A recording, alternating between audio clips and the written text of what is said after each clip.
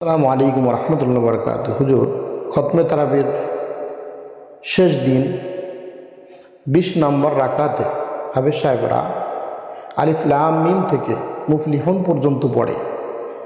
এমনকি আরও দেখা যায় এরপরে কোনো কোনো হাফেজ সাহেব আরও কিছু অংশ কোরআন বিভিন্ন জায়গাতে কিছু অংশ পড়ে, এরকম দেখা যায়। এগুলো পড়া জায়েজ আছে কিনা এবং এটার হুকুম কি আমার কাছে জানতে চেয়েছেন। উত্তর হলো যে মুফলিহুন পর্যন্ত পড়াটা বিভিন্ন রেওয়ায়তে পাওয়া যায়। আলিফ লাম মিম থেকে মুফলিহুন পর্যন্ত পড়াটা বিভিন্ন রেওয়ায়তে পাওয়া যায়।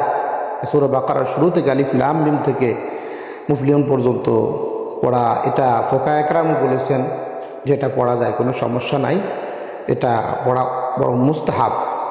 তবে এর থেকে বেশি বাড়িয়ে পড়া এবং অন্য কোনো কিছু পড়া এটা ঠিক হবে না।